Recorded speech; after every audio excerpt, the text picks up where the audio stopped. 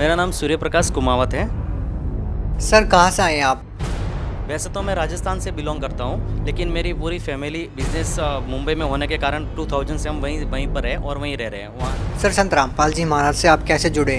वैसे तो हम बचपन से कबीर साहब से जुड़े हुए थे, लेकिन जो कबीर परमात्मा ने जो ज्ञान बताया था वो ज्ञान हमें मिल नहीं रहा था। हम बहुत साल से 5-6 साल तक हम वहाँ पे भक्ति की। ऐसे दामाखेड़ा वाले जो गुरु थे, हमारे हीरादत्त जी साहिब थे, उनसे हमने नाम दीक्षा ली हुई थी। फिर अहमदाबाद वाले मिले थे हमें, हुजूर साहब, फिर उनसे हमने नाम दीक्षा ली और उनके साथ में भी हम चल पड़ते थे झोला लेके। मुझे शुरू से बहुत ज्ञान था, कबीर में इंटरेस्ट था और मेरे घर वालों भी हमें कभी मना नहीं बोला उनके साथ में जुड़ने से। सर जैसा कि आपने बताया कि पहले से ही आप कबीरपंथी संप्रदाय से प्रभावित रहे हैं, आपने नाम दीक्षा भी ली है, वहीं दूसरी ओर संत रामपाल जी महाराज भी कबीरपंथी है। सर हम आपसे ये जानना चाहेंगे कि आपने दो कबीरपंथी संतों का ज्ञान सुना है, आपने संत रामपाल जी महाराज जी को ही क्यों सेलेक्ट किया? क्यों संत रामपाल जी महाराज को अपना गुरु बनाया? आखिर ऐसी कौन सी वो बातें हैं जो दूसरे कबीरपंथी संतों से संत रामपाल जी महाराज को अलग करती है और आपने सही कबीरपंथी संत रामपाल जी महाराज को ही माना?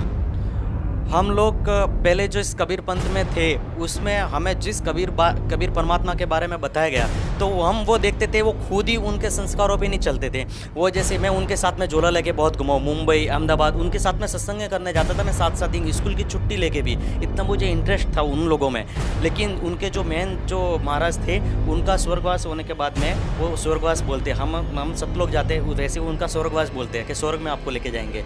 तो वो लालच था हमारे को, तो हम स्वर्ग में जाने के लिए। लेकिन उनका देहांत होने के बाद में वो तंबाकू भी खाते थे हमारे से चोरी छुप के, मुझे भी पैसे देते थे 10 रुपये मेरे लिए तंबाकू लेके आ जा। तो हम बोलते थे यार ये अपने आप को संत कहते हैं, इनको शर्म आनी चाहिए, एक कबीर परमात्मा का नाम यूज कर रहे हैं। वैसे ये लोग परमात्मा का नाम लेके समाज में इतना ये फैला रहे और लोगों को कैसे ज्ञान दे रहे हैं, लेकिन उनकी सच्चाई मैंने अपने आंखों से देखी। फिर मैंने घर पे अपने मम्मी पापा को सबको बोला हमें किसी परमात्मा की और खोज करनी चाहिए। फिर 2004 में हमारे राजस्थान में पाली में परमात्मा का सत्संग हुआ था। तो हम आपसे जानना चाहेंगे कि संत रामपाल जी महाराज से नाम दीक्षा लेने के बाद आपको आध्यात्मिक लाभ क्या हुए हैं? आध्यात्मिक लाभ मैं आपको अभी 2004 से जब से मैंने नाम दीक्षा ली है, मैं बोलने जाऊंगा ना तो बहुत टाइम हो जाएगा। इतना आपके पास में भी टाइम थक जाओगे, आप खुद थक जाओगे, कैमरा मैन भी थक जाएगा। लेकिन मैं अभी शॉर्ट में आपको बता दूं, हाल ही में 1-2 में ऐसे हुए, परमात्मा ने सुख तो हमें बहुत दिया, लेकिन मांगा मैंने अभी तक परमात्मा से मांगा नहीं है। मैं सिर्फ ये अर्ज किया, परमात्मा संत रामपाल जी महाराज आप हमें अपनी चरण में रखना, अपने चरणों में दास को रखना। और उन्होंने बहुत रक्षा की है परमात्मा ने। बहुत बार हमारी मौत भी आई है। एक बार मैं ट्रेन से नीचे गिरा था, दो डिब्बे पटरी के मतलब साइड में गिरा, प्लेटफॉर्म के नीचे जब वो जगह होती है वहाँ पे मैं गिरा। उस टाइम पे परमात्मा ने मेरी रक्षा की, 3 डिब्बे ऊपर से के मेरे को खरोच तक नहीं आई, जैसे किसी ने दबा दिया हो। सर फिर भी यदि बात की जाए, सर जैसा कि हम आपसे पूछें, आप एक एजुकेटेड पर्सन हैं, आप अच्छे से लोगों को समझा पाएंगे कि संत रामपाल जी महाराज अन्य संतों से किस प्रकार से अलग हैं। ऐसी कौन कौन सी बातें आपको लगती है जो संत रामपाल जी महाराज को अन्य संतों से अलग करती है? संत रामपाल जी महाराज जी की एक बात हमें बहुत अच्छी लगती थी जब हम आश्रम में जुड़े थे। कहते हैं ना कि राजनीति का बेटा राजनीति होता है, फिल्म स्टार का बेटा फिल्म स्टार ही बनता है।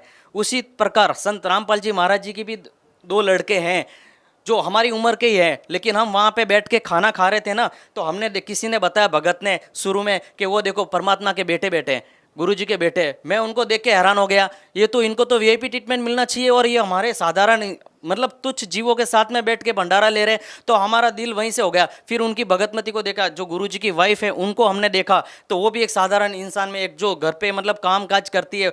हमारी मम्मी तो फिर भी अच्छे कपड़े पहनती है, फिर भी उनकी दशा देख के मैंने बोला ये इतने गरीब परिवार से आते हैं, लेकिन परमात्मा ने जितना भी वहाँ पे दान जाता है वो सब हमारे गरीब लोगों में खाने पीने के लिए परमात्मा करते। तो वो एक हमें बहुत अट्रैक्टिव हुआ जो आश्रम में हम गए उसी टाइम पे। फिर परमात्मा का ज्ञान देखा हमने, ज्ञान देखा तो मालिक ने सब धर्मों को आपके सामने रख दिया। पूरा आप सत्संग देख सकते हो साधना चैनल पर, वहाँ पे पूरा ज्ञान सामने रख दिया। मैंने बोला यहाँ पर तो पूरी खुली ओपन पिक्चर है, यानी किसी का डाउट ही नहीं है। जो भी पैसा दान में दे रहे हैं उसका भी पल पल का हिसाब है, अपने सामने ही खर्च हो रहा है और परमात्मा अपने बेटों के लिए कर रहे हैं। और उनकी जैसी संतान है वैसे वो अपने को एकदम फूलों की तरह रख रहे हैं। फिर हमें क्या मतलब दुख चाहिए था, सुख ही सुख था हमारे को आश्रम के अंदर। सर ये तो बात रही आध्यात्मिक मार्ग की। यदि बात करें सामाजिक सुधार की, तो संत रामपाल जी महाराज का सामाजिक सुधार में क्या योगदान है? सामाजिक सुधार में तो परमात्मा संत रामपाल जी महाराज का योगदान तो आप मीडिया वालों को पता नहीं, लेकिन हम लोग इतना सब कुछ कर रहे हैं। आपको ही मैं चैलेंज कर रहा हूँ, मीडिया के माध्यम से आपको एक चैलेंज कर रहा हूँ। अगर संत रामपाल जी महाराज के हजारों लाखों अनुयायी है, पूरे देश में नहीं पूरे वर्ल्ड में अनुयायी है, सिर्फ 1% भी आप उनके अनुयायी, एक भगत भी मुझे ऐसा दिखा दो जो एक बीड़ी को हाथ लगाता हूँ। मैं एक चैलेंज करता हूँ, पूरी दुनिया के सामने चैलेंज करता हूँ। मैं मुंबई में रहता हूँ, सिटी में माया नगरी में रहता हूँ। आज मैंने भी बहुत शौक मौज किए थे 2000 से पहले। मुंबई की जितने भी बार है, गर्ल्स बार, डांस बार, सब मैंने देखे। लेकिन मैं एक सुधरा किस लिए? संत रामपाल जी। पहले भी मैं कबीर परमात्मा के चरण में था, लेकिन वो नकली गुरुओं के चरण में था। उसके बाद में संत रामपाल जी महाराज जी के चरण के बाद में आने के बाद में मैं इतना रोया, मुझे रियल परमात्मा मिले, और वो परमात्मा एक बीड़ी तक को हाथ लगाने नहीं दे रहे। मैंने एक झटके में सब कुछ न्यौछावर कर दिया उस परमात्मा को पाने के लिए, मतलब एक उनकी चरण में जाने के बाद। तो मैं आपसे एक चैलेंज के साथ में बोलता हूँ, 1% नहीं, एक भगत ही दिखा दो हमें कि वो संत रामपाल जी महाराज जी का शिष्य और बीड़ी गुटखा सिगरेट को हाथ तक लगाता है। रही बात दहेज प्रथा की, तो संत रामपाल जी महाराज का शिष्य अगर उसकी शादी दहेज के लिए नहीं हो रही है तो वो 10 साल तक कुंवारा रह जाएगा, लेकिन वो दहेज लेगा नहीं। भले लड़की वाले उसके घर पे दहेज देने आएंगे, लेकिन वो दहेज को हाथ तक नहीं लगाएगा। ये शिक्षा दी हमारे संत रामपाल जी महाराज जी ने। और हम शादी ब्याह में करोड़ों लाखों रुपए खर्च किए बिगड़ सिर्फ मात्र 17 मिनट में हमारी रामायणी होती है, जो अभी लाइव आप मीडिया में देख रहे हो। लाइव चलाते हम यूट्यूब के अंदर, और जितने भी मीडिया पेपर है आप सब भाई आते हो वहाँ पर और देखते हो उस लाइव का प्रचारण। तो ये सरकार को बात नहीं दिख रही। हमारे नरेंद्र मोदी जो विदेशों में घूमते, हिंदुस्तान के इतने अंदर बड़ा परिवर्तन कर रहे, संत रामपाल जी महाराज जो एक जेल में बैठे हुए भी कर रहे, और हजारों लाखों अनुयायी उनके जुड़ रहे हैं, तो सरकार को ये बात तो दिख नहीं रही है। इतना बड़ा समाज सुधारक हमने आज तक अपनी जिंदगी में भी देखा। मैं भी आज 34 साल का हुआ हूँ, लेकिन मेरी जिंदगी में मैं एक चैलेंज के साथ में बोल रहा हूँ, एक दूसरे जो संत महात्मा जो भी सत्संग वगैरह चलाते हैं ना, एक 10% ही मुझे बता दो जो बीड़ी गुटखा सिगरेट को हाथ नहीं लगाते हैं। मैं पंथ का नाम नहीं लूंगा, लेकिन आपके सामने जितने भी 5-6 चैनल जो भी आ रहे हैं, बहुत चैनल हो गए अभी तो, उनमें से सिर्फ 10% ही बता दो जो बीड़ी सिगरेट गुटखा को हाथ नहीं लगाते हो। सर धन्यवाद।